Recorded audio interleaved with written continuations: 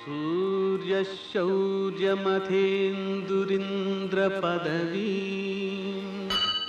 सन्मङ्गलं मङ्गलम्।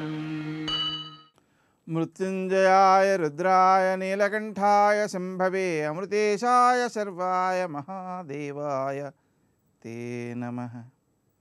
सर्वमंगलमांगल्ये शिवे सर्वार्थसाधिके शरण्ये त्र्यंबके देवी नारायणि नमोस्तुते। నేటి కాలమాన విశేషాలను గమనిద్దాం.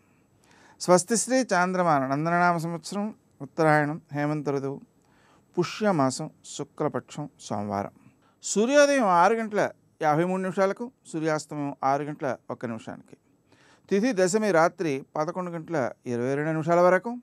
నక్షత్రం కృత్తిక రాత్రి 3:47 వరకు. వర్జం మధ్యాహ్నం 2:13 నుంచి 4:02 వరకు. దుర్ముహూర్తం మధ్యాహ్నం 12:49 నుంచి 1:34 వరకు.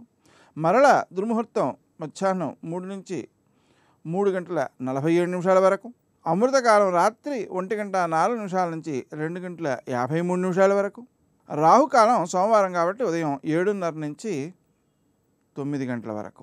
నేటి విశేషం సోమవారం చంద్రులకు అలాగే శివునకు ప్రీతికరమైనది.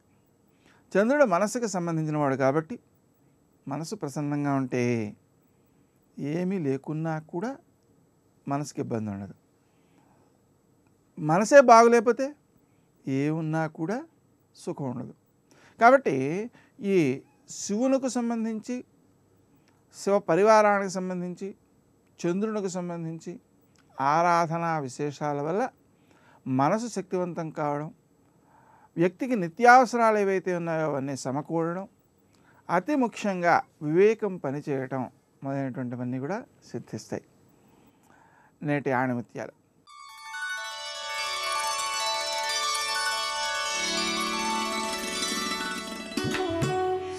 పాలను పూజించడం కన్నా త్రాగడం వల్లనే శారీరక బలం కలుగుతుంది. అలాగే భగవద్గీతను పూజించడం కన్నా గీతాసారాన్ని గ్రహించడం వల్ల మనోబలం పెరుగుతుంది.